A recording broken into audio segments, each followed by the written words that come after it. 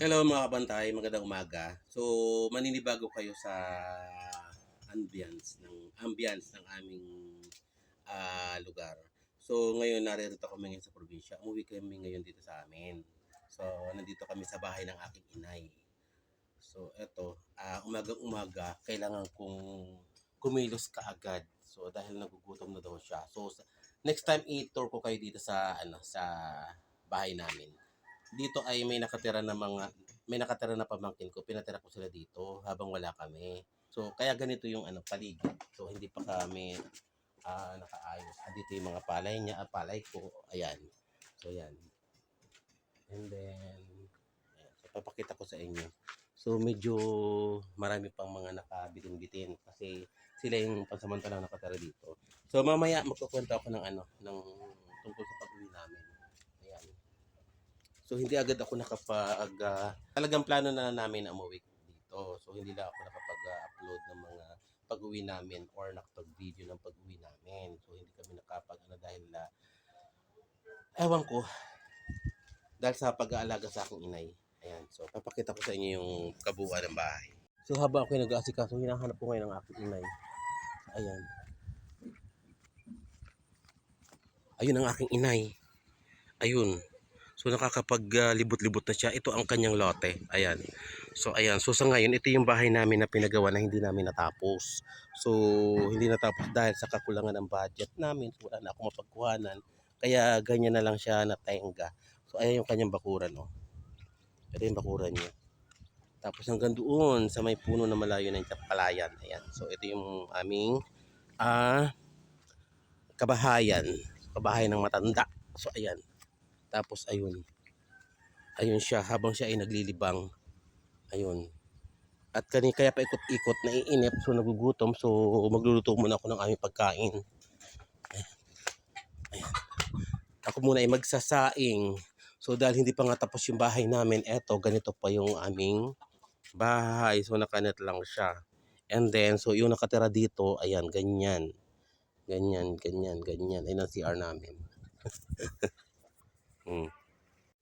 Ako muna ay magluluto-luto para makapag-almusal yung aking alaga. So ayan. So ito, magluluto muna ako. Ito yung aming uling. So magsasalang muna ako ng aming kanin dahil nagugutom na yung matanda.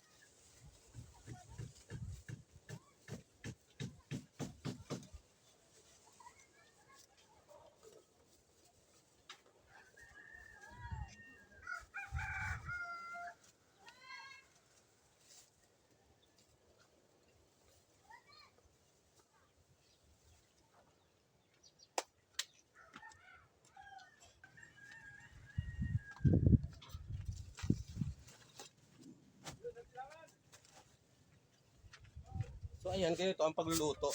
Kailangan bago makapagluto ng kanin, lilinisin muna yung lilinisin muna yung bigas. Ayan, sili.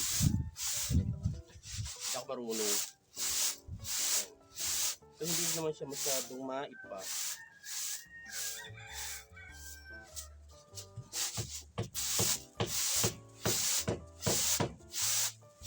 Kailangan matanggal yung mga palay-palay.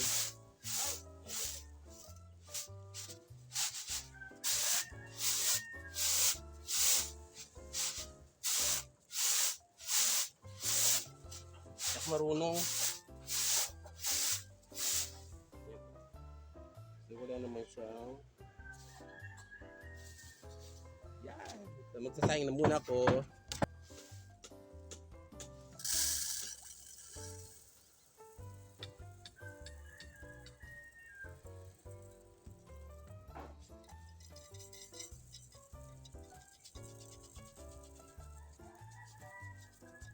Yan, magsasaing muna kami.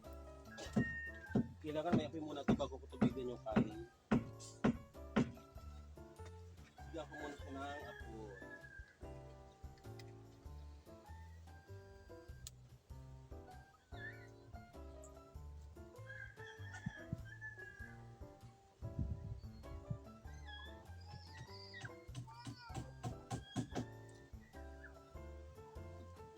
wala pang laman yung aking LPG.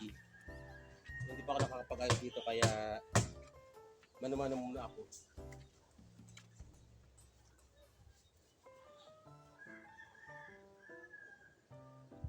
Kasi nagugutom na yung matanda.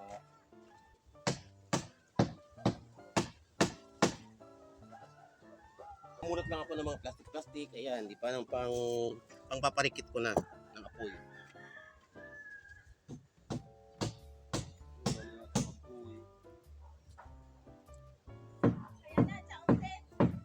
Ha?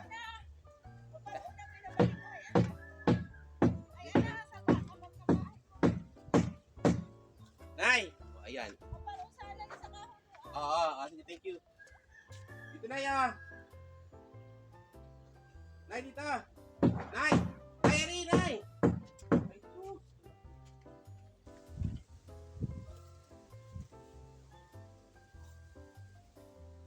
So, ayan. Ang aking inay, tinawag ako nung kanyang pamangkin at nandoon na daw sa papuntang bukid. Ay, naku talaga. Susundan ko na lang maya-maya. Pero napabalik naman niya. So, naghuhugas ako ng bigas. Kasi nagpaparamdam na siya ay nagugutom. Kaya ako'y magsasaing muna.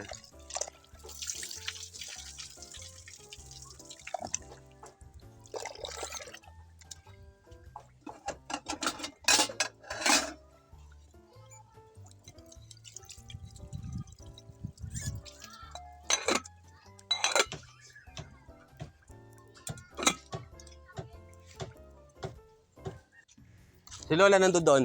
Bumaba. Bumaba doon kanina eh. Nakita mo? Si Lola. Lola? Ah. Hello. Ano pangalan yan? Ano pang? Ha? Kinyel. Kinyel. Ako yung nagtatrabaho dito sa loob ng bahay. May ginagawa ako. Busy ako. Saan bumaba eh? Ay bumaba nga. Hayaan ko lang muna siyang magala. Ayan. May saing kasi ako eh. May sinaing ako kaya hindi ko pwedeng iwan. Mamaya babalikan ko na lang. Ayan. Ando na siya sa dulo. So lahat naman ng mga nandiyan ay mga pamangkin, apo, kaya kaya tiwala naman ako. So hinahatid naman nila dito pagka yung nakikita nila na kung saan pupunta. Ayan. Titingnan ko muna yung sinaing. Ayan na yun. Ayan.